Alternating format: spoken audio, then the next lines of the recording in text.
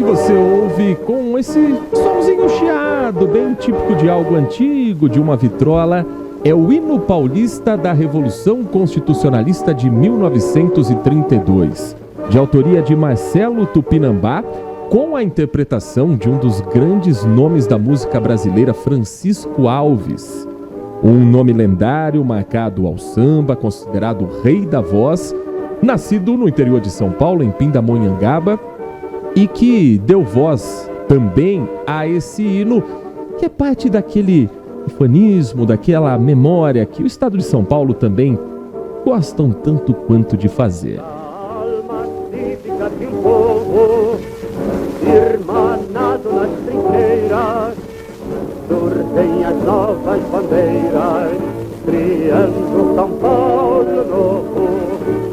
Povo heróico a luta feito, firma sua tradição, tendo nas mãos o direito e a pátria no coração. Hoje, dia 9 de julho de 2024, um dia em que é lembrada a marca do início da Revolução Constitucionalista no ano de 1932. Feriado no estado de São Paulo, porque aqui começa essa revolta, esse movimento contra um governo iniciado ainda de Getúlio Vargas, um governo provisório que foi instituído em 1930. Mas, afinal de contas, o que foi a Revolução Constitucionalista? Nosso convidado na manhã desta terça-feira é o professor de História, o historiador Guilherme Oliveira, a quem agradecemos pela atenção com o nosso ouvinte. Professor, muito obrigado, é sempre um prazer ouvi-lo aqui na Rádio Bandeirantes Campinas.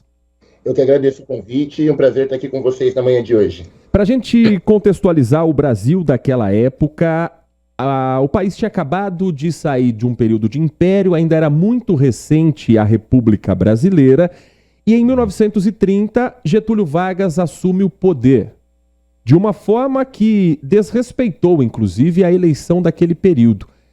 Como é que isso desencadeou 2 anos depois na Revolução Constitucionalista? Perfeito. É importante nós lembrarmos, retrocedendo um pouco, que desde a segunda metade do século XIX, por conta da economia do café, o estado de São Paulo e, sobretudo, a cidade de Campinas se torna o maior polo econômico do Brasil e, inclusive, em consequência desse grande poder econômico, se torna também um grande polo político. Os grandes políticos daquele período, do final do Império para o início da República, são políticos filhos da elite cafeeira do interior de São Paulo. Então, Campinas protagoniza os principais acontecimentos políticos desse período. Inclusive, Francisco Glicério, campineiro, foi um dos responsáveis aí pela assinatura da Proclamação da República. Então, Campinas não apenas participou, Campinas protagonizou a instauração da República no Brasil. E aí nós vamos ter, no início do século XX, até 1930, o que é chamado de República do Café com Leite. Por que República do Café com Leite? Porque quem governava eram presidentes do estado de São Paulo, onde existia a elite do café, e do estado de Minas Gerais, onde existia a elite agrária do laticínio. Então, São Paulo e Minas Gerais eram os dois principais grupos políticos, por serem, respectivamente, os maiores polos econômicos do Brasil. Essa República do Café com Leite vai, então, ser um revezamento de São Paulo com Minas Gerais, até que outros estados insatisfeitos com essa aliança começam a realizar outras alianças para derrubar esse poder aí de São Paulo e de Minas. E surge a aliança do Rio Grande do Sul com a Paraíba, que no caso vai ser a aliança de Getúlio Vargas com João Pessoa, e essa chapa do Vargas perde as eleições em 1930. Quem ganhou as eleições foi o paulista Washington Luiz. Só que, quando Getúlio Vargas perde a eleição, ele não aceita, ele consegue um apoio militar e ele dá um golpe de Estado. Então, o governo do Getúlio Vargas não se inicia de uma forma democrática, com participação da população. Ele dá um golpe de Estado. E ele não apenas deu um golpe de Estado, como ele acaba fechando o que seria o Congresso, ele acaba não permitindo uma participação política. E São Paulo, que desde a segunda metade do século XIX estava protagonizando o cenário político nacional, se vê totalmente excluído da política. E isso causa uma sensação de revolta nos cidadãos do estado de São Paulo, porque não apenas eles estão sem participação política, como Getúlio Vargas tem uma perspectiva extremamente ditatorial em seu governo.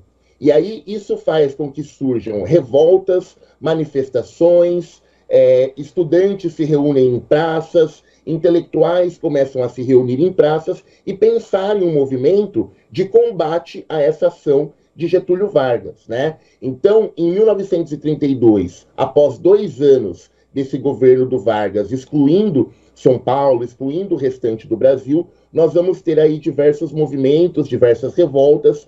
Uma das mais marcantes é uma revolta em São Paulo, que vai acabar gerando a morte de 4 estudantes, né, conhecidos aí como MMDC, Martins, Miragaia, Drauzio e Camargo. Esses 4 jovens estudantes são assassinados. Isso faz com que ecloda uma grande revolta, que vai ter o marco inicial no dia 9 de julho de 1932. Então, o que é chamado aí de Revolução de 32, ou Revolução Constitucionalista, porque buscava criar uma Constituição, né, um conjunto de leis que dialogasse com os interesses da população, a Revolução de 32 foi, portanto, uma revolta armada protagonizada por cidadãos do estado de São Paulo que visavam derrubar o governo de Getúlio Vargas e derrubar essa perspectiva ditatorial de governo, né? É importante nós pensarmos que a Revolução de 32, apesar dela ter esse nome, ela não foi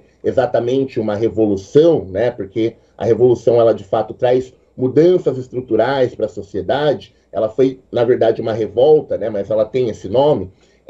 A Revolução de 32, ela foi uma revolta armada, protagonizada por diversas camadas sociais do estado de São Paulo.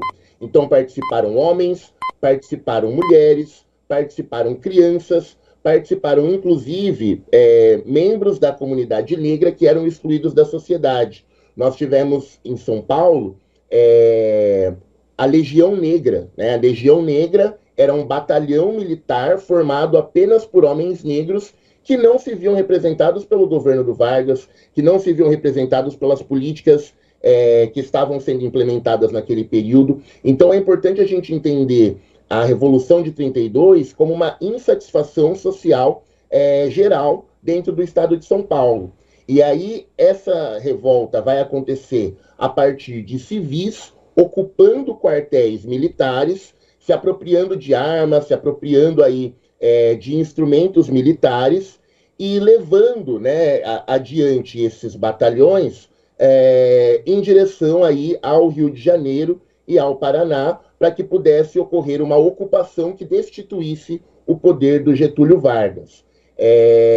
Após alguns meses, né, então 9 de julho é o marco inicial, em outubro os revolucionários são derrotados, né, pelo governo de Vargas, eles são sufocados, não tem a entrada de mantimentos, de armamentos, eles acabam sendo derrotados, mas a Revolução ela acabou deixando marcas extremamente importantes que podem ser consideradas uma grande vitória, né? Porque no ano seguinte, por conta de toda essa pressão exercida pelo Estado de São Paulo, Getúlio Vargas é obrigado a, novamente, abrir a Assembleia Constituinte, a criar uma Constituição. Então, ele passa a governar, né, de uma forma com uma Constituição que atenda a amplos interesses da população, e é, inclusive, nessa Constituição que Vargas vai decretar a lei que vai permitir o voto feminino. Então, as mulheres passam a votar também em decorrência da luta instaurada aí a partir do 9 de julho de 1932. Então tem aí um grande legado, né, uma vitória para nós pensarmos aí na representação política, na história da democracia do Brasil, esse acontecimento, né, do 9 de julho de 1932. Nós estamos conversando com o historiador, professor de História Guilherme Oliveira, sobre a data de hoje, 9 de julho, e a Revolução Constitucionalista. Agora, professor, quando a gente fala de um golpe de Estado, porque de certa forma é o que aconteceu, quando Getúlio Vargas assume no lugar de alguém que foi eleito, com todas as restrições que existiam às eleições na época, mas o presidente eleito deveria ser Júlio Prestes. Para que Vargas conseguisse, independente da Revolução em São Paulo, ter um clima para governar no restante do Brasil, também acredito que existia em outros estados, o Rio de Janeiro, que era a capital, o Nordeste brasileiro, uma insatisfação com esse revezamento entre políticos paulistas e mineiros. De certa forma, Júlio Prestes também não era assim tão aguardado o governo dele em outras partes do país, e São Paulo, por ter um representante dele tirado, mesmo que eleito, acaba, mais do que a Revolução Constitucionalista, se sentindo golpeado por um gaúcho, por um político de fora desse eixo São Paulo-Minas? Perfeito. É importante nós pensarmos, né, que para além da Revolução de 32, nós tivemos, nesse período que é chamado aí de Primeira República, ou República Oligárquica, ou República Velha ainda, diversas revoltas e movimentos de membros da população, sobretudo da população pobre, que demonstravam uma insatisfação com a condução política, sobretudo dessa liderança São Paulo e Minas Gerais, né? Então nós tivemos a revolta da Chibata, a revolta da vacina, o contestado, a guerra de Canudos, greves, né, de operários na década de 1910. Então, já havia um clima de insatisfação muito forte. Mesmo que, de fato, fosse respeitado a eleição de São Paulo, o clima de insatisfação a nível nacional era muito grande. Porque, naquele período, por mais que houvesse a ideia de cidadania e de votos para a eleição de governadores, de presidentes, quem podia votar era uma minoria alfabetizada, letrada, instruída, com recursos financeiros. Então você excluía mais da metade da população brasileira. Então, independente do resultado que existisse, né, se fosse Júlio Prestes, Washington Luiz, se fosse Getúlio Vargas, a insatisfação ela continuaria, né? O clima de insatisfação continuaria.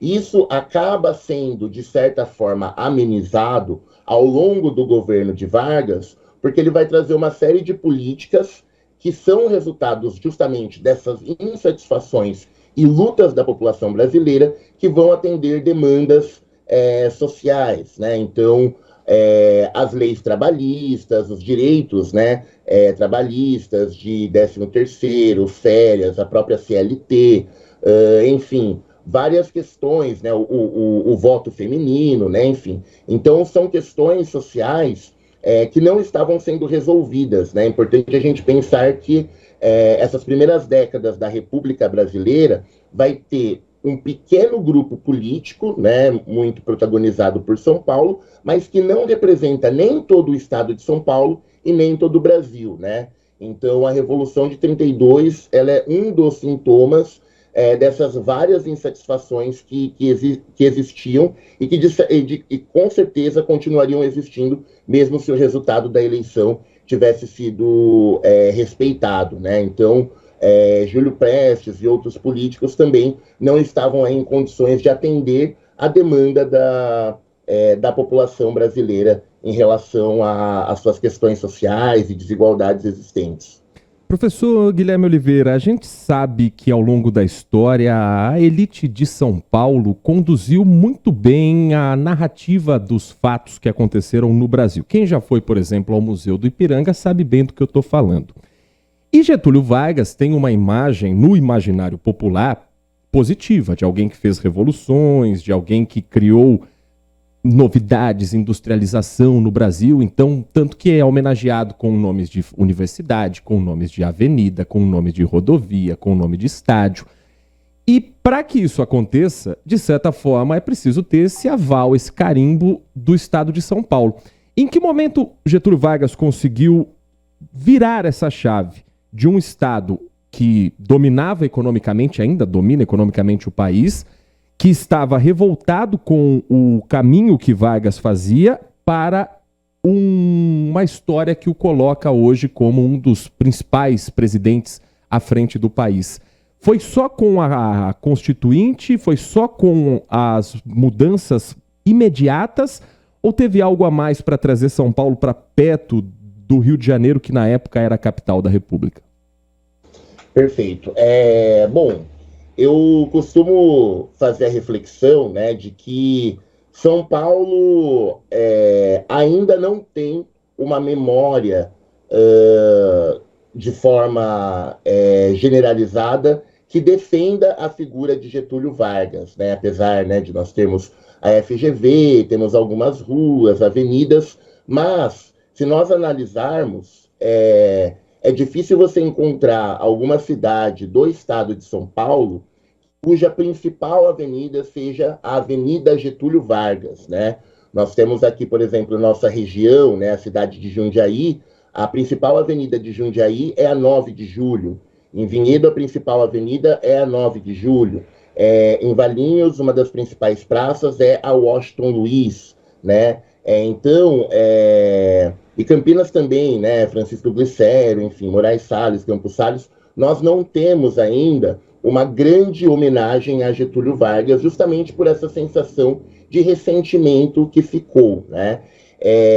Vargas, ele acaba sendo perdoado, primeiro ao longo do seu mandato, por criar leis que, de modo geral, favoreceram a população brasileira, e ele é muito eficaz em criar um tipo de propaganda política que vai lhe beneficiar, né? Então, a era do rádio, em todas as casas tinham rádios, e a voz de Getúlio Vargas entrava no lar brasileiro. Essas perspectivas de festividades cívicas e comemorações de 7 de setembro, e a exaltação do hino e tudo mais, um nacionalismo exacerbado, né? Vargas tem essa perspectiva de quebrar barreiras, então não é o orgulho paulista, o orgulho carioca, o orgulho baiano, é o orgulho brasileiro. E ele vai construindo isso ao longo do tempo, ao passo que ele vai criar políticas que vão beneficiar a população brasileira. Então, pela primeira vez, a população brasileira vai ter direitos trabalhistas, né? Muito por conta, né, da luta, mas enfim, é Getúlio Vargas quem efetiva isso. Ele vai sendo perdoado ao longo do tempo por conta disso.